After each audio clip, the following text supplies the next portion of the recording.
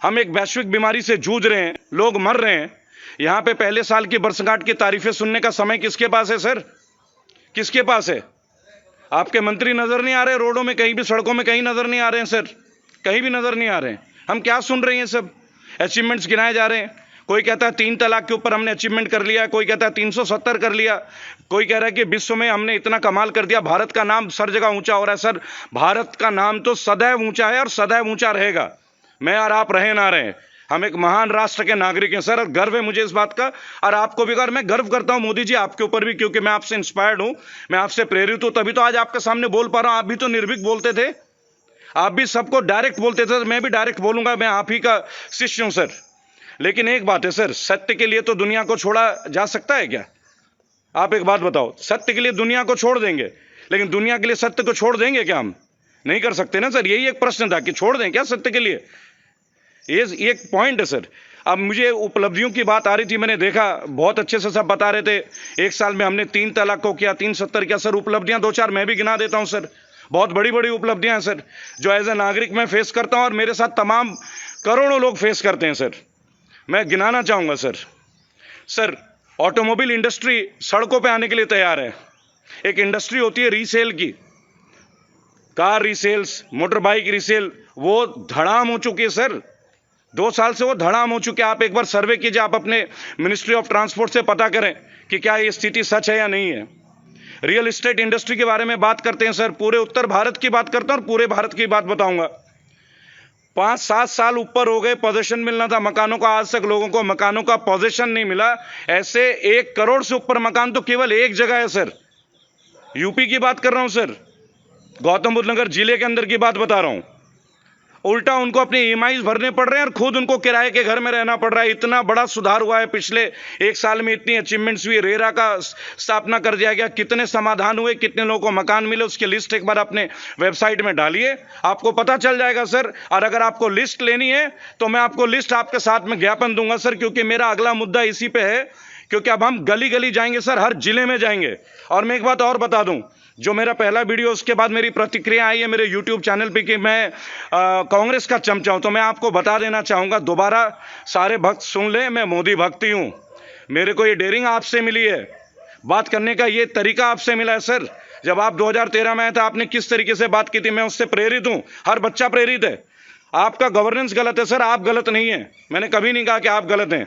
लोग गालियां दे रहे हैं मेरे को, धमकी भरे चीजें, और आप देखिएगा, ये मैं वैसे नहीं कह रहा हूं, यूट्यूब चैनल पे देखेंगे आप, फोन्स भी आए हैं मेरे पास, उनका नाम और डिटेल भी मैं दूंगा आपको।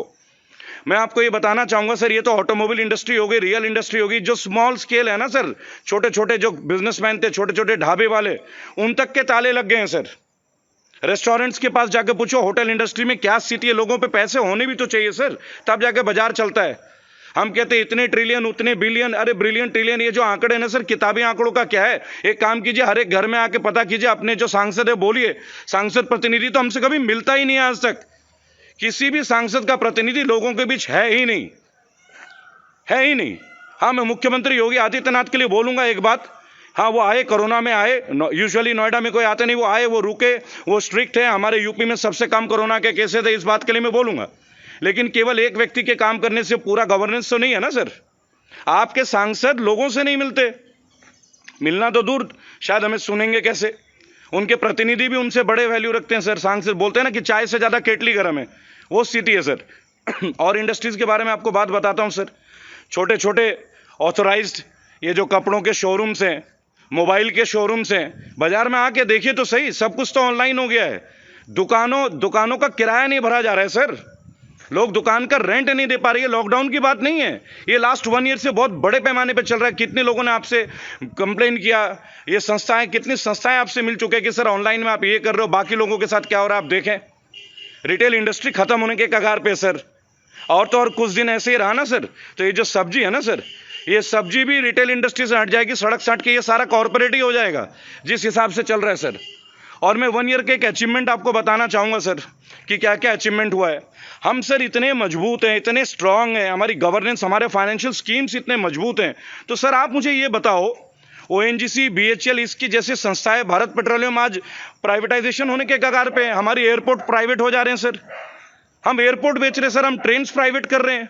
क्या ये हमारी अचीवमेंट है? और फिर हम बोलते हैं कि हम आत्मनिर्भर बने। हम अपनी चीजों को बेच रहे हैं सर, प्राइवेटाइज कर रहे हैं, एफडीआई ला रहे हैं, उनमें फॉरेन की कंपनीज खरीदने को तैयार हो जा रही हैं और खरीद भी रही हैं। ये कैसी आत्मनिर्भरता है सर? सर डुअल फेस नहीं होना चाहिए ना सर। अगर इकोनॉमी स्ट्रांग है तो लोगों के जेब में पैसा होना चाहिए ना। देश तो देशवासियों से मजबूत होता है सर, आंकड़ों से देश थोड़ी मजबूत होता है। अगर इस देश के देशवासी मजबूत है, आप एक के घर में आके पता कीजिए सर, हैं क्या उनके घर में पैसे? शिक्षा प्रणाली पे क्या काम हुआ है सर? हर साल 10% फीस बढ़ाई जा रही है, हर साल। जब ज्यादा कंप्लेन हो 1 लाख की पेनल्टी कर देते हैं स्कूल को, लेकिन फीस वहीं की वहीं पूरी की पूरी जा रही है। शिक्षा मंत्रालय से पूछिए पिछले 1 साल में उन्होंने क्या कराया है।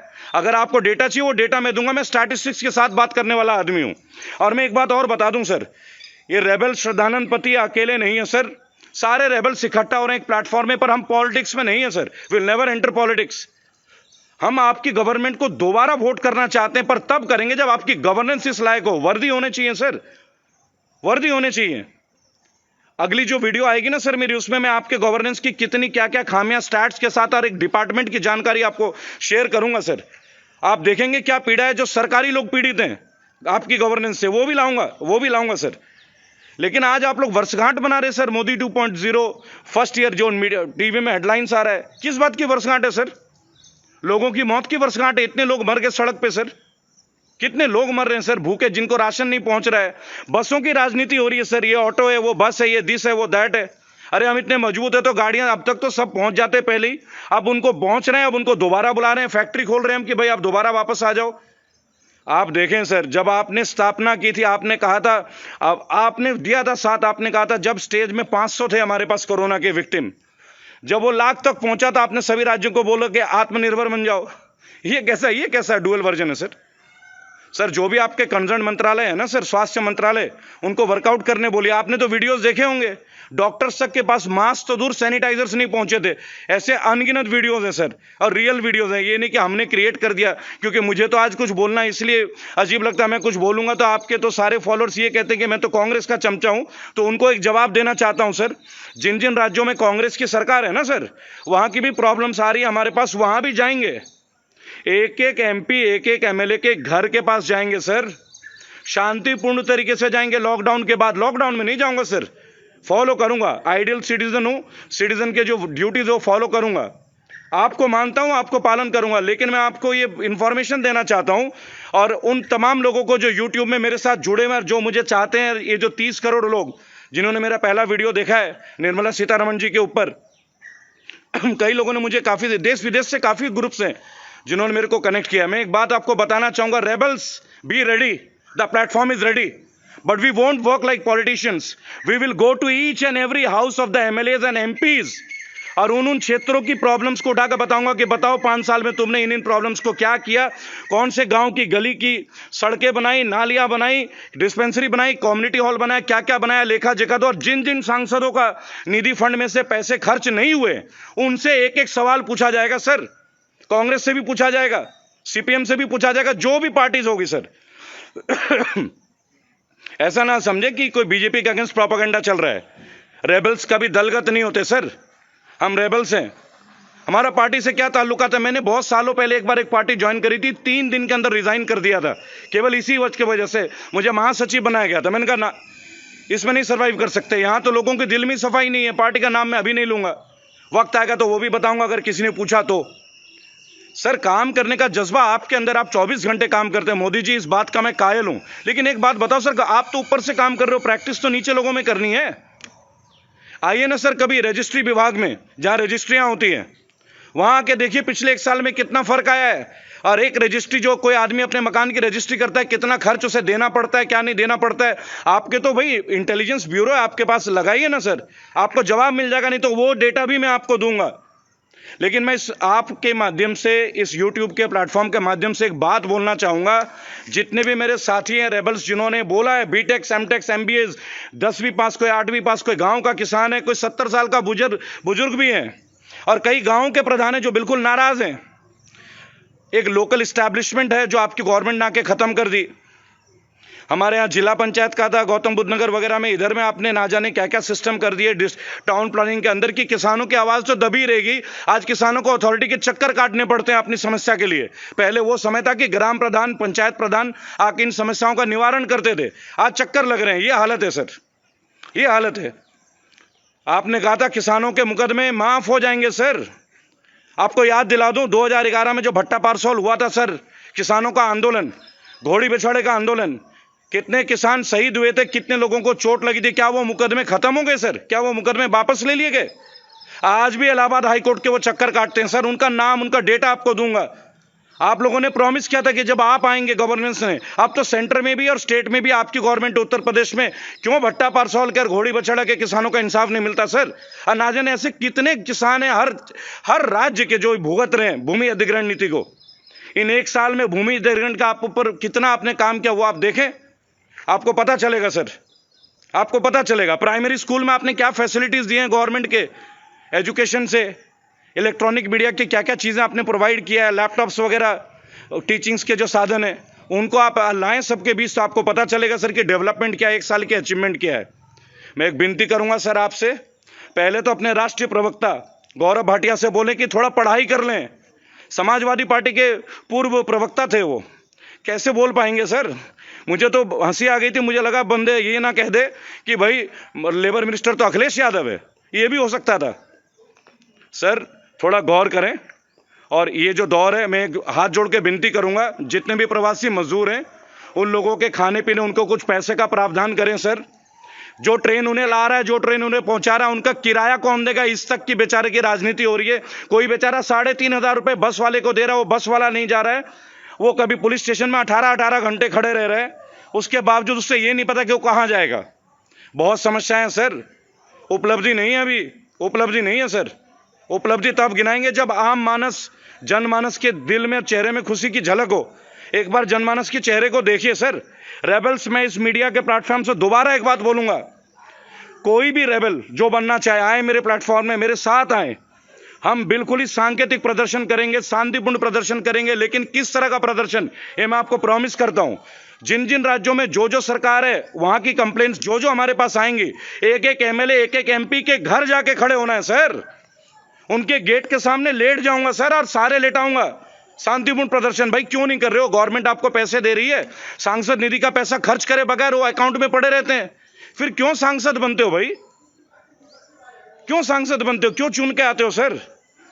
मैं एक बात का बहुत स्वागत करूंगा, सुप्रीम कोर्ट ने जो कल रात को बोला है सर, इसका मतलब है फाइनली सुप्रीम कोर्ट ही है जो हमारी सुनेगा और सुनता आया है।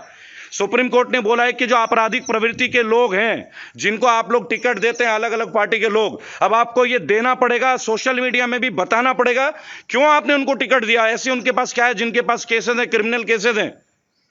और सर देखिए ना कमाल की बात, कुलदीप सेंगर जी को देख लीजिए, इसको हम क्या बोलेंगे? एक परिवार खत्म हो गया, लड़की की मृत्यु हो गई सर, परिवार नष्ट हो गया, इतनी जल्दी उनकी जमानत हो जाती है सर। क्या ये है अच्छे दिन? क्या ये अच्छे दिन? जहां हमारी बहन बेटी गुजर जाए उसके बाद ये अच्छे दिन है क्या? इसका जवाब है किसी के पास? इस बात का जवाब दे दें सर।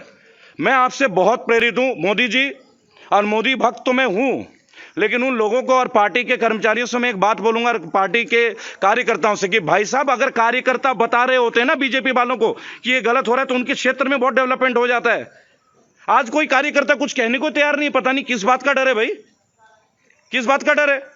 आप सोचिए, मथुरा में, वृंदावन में जो सांसद बन जाते हैं, एमएलए बन जाते हैं, हेमा मालिनी जी बन जाती है, क्यों भाई? वहां का लोकल रिप्रेजेंटेटिव नहीं है क्या? वहां का लोकल रिप्रेजेंटेटिव नहीं है क्या? वहां लोगों ने इतने साल जो मेहनत किया है, बीजेपी के जो कार्यकर्ता, उन्हें टिकट नहीं मिलना चाहिए था? क्यों भाई पैराशूट कैंडिडेट? क्यों भाई? जो दूसरे दलों ने किया, दूसरे पार्टी ने किया, वो गलती आपने क्यों की? आपको इसी भरोसे तो हमने वोट दिया था। जो लोग ये बोलते हैं ना मैं कांग्रेस को चमचा हूं, पहले उनको मैं बता दूं हमने वोट क्यों दिया था पिछली बार और इस बार क्यों दिया। क्योंकि उम्मीद थी कि आप जेन्युइन लोगों को लेके आओगे, आप उन लोगों को ले आओगे जो सालों से मेहनत कर रहे हैं आपकी पार्टी के लिए। पूरी मेहनत वो करते हैं और लास्ट में आकर बाहर से पैराशूट कैंडिडेट्स को उतार देते हैं। ये अच्छी बात नहीं है, ये अच्छी बात नहीं है सर। जरूर मिलेंगे अभी जल्द रेबल्स, मेरे साथियों, भाइयों, बहनों, माताओं, जिन्होंने मेरे को इतना आशीर्वाद दिया, और विदेश के मेरे तमाम मित्र, यूएसए, यूके, कनाडा से, जर्मनी से, जो मुझे लगातार लिख रहे हैं, जो मुझे ज्वाइन कर रहे हैं, वो इस बात को समझे कि मैं क्या कहना चाह रहा हूं। साथ आए और एक मंच पे आए, अपनी समस्या बताएं। रेबल श्रद्धानंद पति आपके साथ है। जय हिंद, जय भारत।